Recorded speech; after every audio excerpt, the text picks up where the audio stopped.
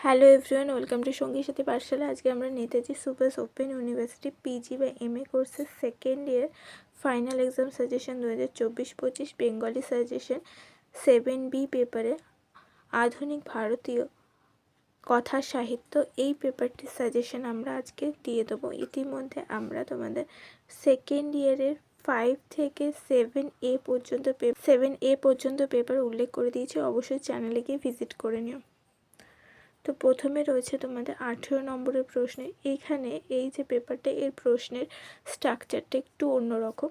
তোমাদের 18 নম্বরের প্রশ্ন রয়েছে, 12 নম্বরের রয়েছে, সেই সাথে রয়েছে 4 নম্বর এবং 2 নম্বরের প্রশ্ন।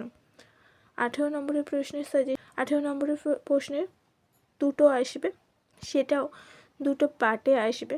ক বর্গ থেকে যে কোনো একটা এবং খ বর্গ থেকে যে কোনো একটা মিলিয়ে দুটো লিখতে হবে। প্রত্যেকটা প্রশ্ন এখানে খুব গুরুত্বপূর্ণ, বারবার পরীক্ষায় এসেছে। তোমরা অবশ্যই ভালো করে পড়বে এবং অবশ্যই প্রত্যেকটা গল্প ভালো করে পড়বে। গল্পগুলো ভালো করে পড়লে অবশ্যই তোমরা খুব ভালো করে লিখে নিতে পারবে। সেই সাথে কবি সাহিত্যিকদের বিষয়টি, তাদের পরিচিতি, তাদের কৃতিত্ব, সেগুলো ভালো করে পড়বে এবং গল্পের মধ্যে অন্তর্নিহিত বিষয়টিকে ভালো করে মনে রাখার চেষ্টা করবে। সেখানকার কৌশল, ভাষা, এগুলোকে ভালো করে বোঝার চেষ্টা করবে। এরপরে আমরা 12 নম্বরের প্রশ্নের সাজেশনগুলি দেখছি। এখানে মূলত আমরা সারা ভারতবর্ষ জুড়ে যে বিভিন্ন কথা সাহিত্যিকরা রয়েছে তাদের গল্প, সাহিত্য ইত্যাদি সম্বন্ধে এখানে জেনেছি এবং সেখানে মূলত বিভিন্ন তাদের প্রকৃতি, সাহিত্যের প্রতি তাদের প্রীতি এবং বিভিন্ন যে সাহিত্যিকরা রয়েছে তাদের যে কৃতিত্ব, তাদের যে সাহিত্যবোধ, সাহিত্য ধরন, লেখার ধরন, ভাষা, এই সমস্তগুলো তোমাদেরকে ভালো করে পড়তে হবে, বুঝতে হবে। 12 নম্বরেও তোমাদের ক বর্গ, খ বর্গ রয়েছে। এখান থেকে মূলত 3টে প্রশ্ন দুটো থেকে মিলিয়ে লিখতে হবে। এখানে যে বিভিন্ন সাহিত্যিকরা রয়েছে তাদের সাহিত্যের পরিচয় এবং তাদের সাহিত্যের গঠনশৈলী, সাহিত্যের প্রতি তাদের অবদান, এগুলো তোমাদেরকে ভালো করে পড়তে হবে এবং লিখতেও হবে। এবার আমরা 4 নম্বরের প্রশ্নগুলো দেখে নিচ্ছি।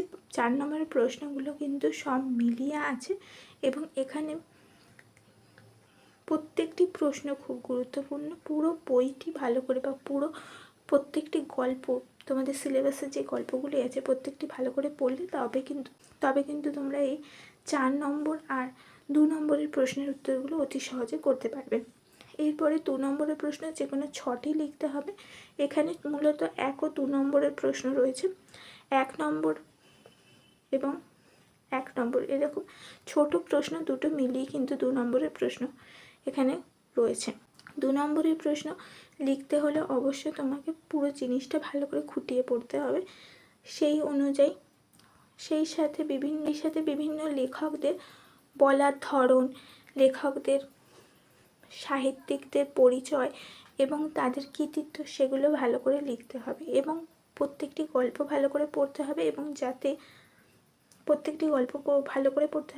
প্রত্যেকটা খুঁটিয়ে আসা প্রশ্নগুলোর উত্তর অতি সহজে লিখতে পারো। এই ছিল তোমাদের 2 নম্বরের জন্য 48টা প্রশ্ন।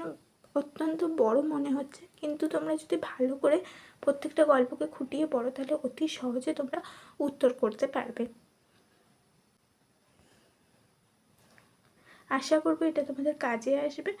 অবশ্যই চ্যানেলে ভিজিট করে বাকি সাজেশনগুলি দেখে নিও।